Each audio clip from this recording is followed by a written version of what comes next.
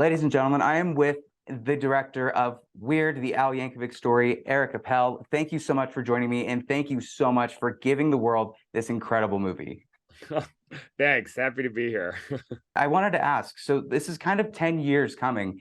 The original sketch is on Funny or Die. It's got tons of views on YouTube. What originally drew you and Weird Al together to make that first sketch? Yeah, so I had the idea I wanted to do a biopic trailer about someone who was still alive and to just make all the facts up. Something you can clearly fact check. I had the idea to do it about Weird Al because for a few reasons. Like, I've been a lifelong fan of his. I thought it would be really meta and funny to do a parody of biopics about the guy that does parodies. And also because in his Behind the Music, he talked about, how squeaky clean his life was and how it doesn't make a really, dramatic and compelling story. So I thought it would be fun to create one. I reached out to Patton Oswalt, who I had worked with, and I knew he was friends with Al. And I just wanted him to tell Al that I was doing this and get his blessing, because it felt like an idea that maybe Al would have wanted to do himself. So I wanted to make sure he was okay with it. And much to my surprise, Patton wrote me back and was like, Al wants your email. And that evening, I'm sitting in a coffee shop with Weird Al on Sunset Boulevard. He brought his laptop and we're watching every biopic trailer and, making notes. I'm trying not to freak out. Right. And yeah, who would have thought that meeting, started this creative partnership that resulted in a movie 12 years later. I'm so glad that you brought up the Behind the Music, because I burned through that growing up as a kid. We had that recorded along with all of his music videos. So I'm right there with you. That is the funniest part about this film, is that it is a parody of the biopic genre itself. And you've talked about not wanting to fall into some of the biopic tropes and things that might seem more like what we've seen with Elvis and stuff like that. How did you differentiate which ones you wanted to lean heavily into and go outrageous with, and which you wanted to avoid? We sort of wanted to start the movie feeling like a traditional biopic. And then, made the decision that around the midpoint, it'll start veering off the rails and going to crazy town a little bit. But we did want to maintain, the story is so important. It carries you through the entire movie. And without that, what do you have? We wanted to make sure to touch on all those storytelling milestones that happen in a biopic. And, the later ones, we know we needed Al to hit rock bottom at some point, but we just wanted to do it in a really fresh and surprising way. Some of that stuff near the end of the movie, we kind of came up with first and then had to reverse engineer it and figure out how to we know we want to end up here. Now, how do we make it make sense to the rest of the story and sort of seed it throughout the script? So did that come mainly from the trailer first, and maybe parody collaboration between you and Al when you were working on the script? We tried reverse engineering the movie from that trailer. The trailer feels much more like a straight and narrow biopic, especially in Madonna's relationship to Al. In the trailer, Olivia Wilde plays Madonna to Aaron Paul's Weird Al, and she's more like a June Carter Cash type character. She's crying about him being an alcoholic, where in this movie she's forcing him to become an alcoholic to get what she wants. Yep. So yeah, it was changing, starting from the trailer and then sort of veering off from that. With the cast that you've created with this new film, you have Patton Oswalt in there in cameos, and there's a ton of cameos in this film. Some that I suspect might not be on the IMDb credits, specifically Captain Buffoon. I kind of heard John Krasinski. Am I wrong with that? Captain Buffoon's right here. Is you? What? That's amazing. I am the voice of Captain Buffoon. When Al's in the car on the radio, Seth Green is the radio DJ. What was that scene like at the pool party and bringing everybody together, playing these larger than life characters? I mean, it was pretty incredible. It was so fun seeing this parade of comedy celebrities showing up in these, ridiculous costumes. Those were all, a lot of them personal friends of Al's. He reached out. We knew we wanted to pack that pool party scene magazine with cameos, and Al showed me his, Christmas card mailing list. And it was like, these are all the people that I could reach out to personally. Just like having all of that comedic talent on set and watching them kind of realize like what they're a part of as they're in it. As Al's playing Another One Rides the Bus, and all of these people are gathered around, like dancing and clapping. That was the day that like Roku execs showed up on set, and we were in another room inside the house, all watching on monitors, and it really felt like a party. The whole film feels like a party. I'm pretty sure there wasn't one person that probably didn't have the time of their life making this. Specifically Daniel Radcliffe. Now, there's a few things that happened to work out with the film that maybe you didn't know about regarding his physical appearance. He got really jacked for a reason that was not directly related to anything. But when you saw that, was that during the script writing process? Did you work that in and try to do like improvisational bits with his buffness? No, it was actually a surprise to us on set when he took his shirt off. I remember that day very distinctly. Everyone around was like, whoa. Like that, he has the famous signature Weird Al abs. Right.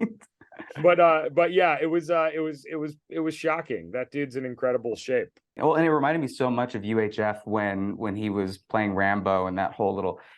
In fact, the whole film it was feels like it was daydream. accidentally a UHF Easter egg. Right. When they were doing the costuming and the wardrobe stuff, when did Weird Al come and actually see Daniel in the full getup, and what were his initial thoughts when he saw him? I texted him a photo of Daniel in his full costume next to a picture of, there was a photo that we used of Al to sort of model it after, and I texted them side by side, and Al was pretty blown away. Pretty blown away when he saw it. Yeah, it was fun. Like I still have all these like wardrobe fitting photos of like the rejected Hawaiian shirts that we didn't use. Oh, there you go. Like, pictures of Radcliffe in like 100 different Hawaiian shirts. And then when Evan, like, the Madonna wardrobe was so fun. Those are like iconic looks as well.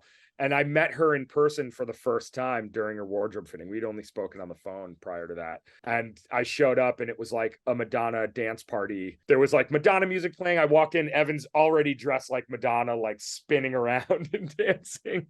It was pretty amazing. She does so well at playing that character in an honest way, but also in a heightened way. And I saw the same with Rainn Wilson when he was playing Dr. Demento.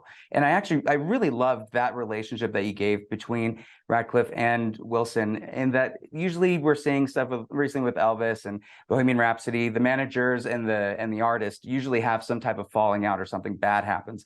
In this, I don't want to spoil anything, but that's not really the case where they take it. And I think that's one of the best parts of this film is seeing the relationships. Yeah, thank you. Yeah, it was important to us to like build real grounded relationships. Like as silly as the movie gets, I wanted the surprising thing that audiences take away from it to be, oh, this story actually works and I really care about this character, and it's not just like a spoof, and that relationship, yeah, it's like the Jack Horner Dirk Diggler Boogie Nights relationship, really, of Demento stepping in as like a father figure. And then they do have a very special journey that they go on together. Can you talk about how you made that scene and what sort of special effects were used? Because it looked almost stop motion in some areas. Yeah, we wanted it to just be this really ridiculous, drug-induced scene. We did some practical effects. We did like practical lighting effects, and there's some monster hands that come in that are like people laying on the ground, these demon arms. But most of it was like green screen and a bunch of computer animation afterwards. But like, yeah, when he's down on the conveyor belt and all that, like, yeah, we just wanted it to like feel weird and 80s and like Right. and ridiculous. Yeah. What was the first run time or for the first cut that you had for it? What runtime was it at? It was at, I think, 2 hours on the mark. Okay, so there definitely can be a release, the Yankovic cut. There is, yeah, I would say that there's a solid, some things got tightened, just for tightening purposes, but there's like at least 10-15 minutes of like alternate jokes, and we wanted to like preserve the tone of this movie and wanted people to take away that it's actually, the story really works and they care about these characters. There's certain jokes that like stepped on that tone a little bit and maybe were like a little too big and silly. Ends of scenes, it's like we want to leave this scene on an emotional note, but we had a joke that happened after that emotional beat, and we realized like we don't want to keep undercutting ourselves and like doing these jokes. But there's definitely a version of the movie, I would love to put it out at some point.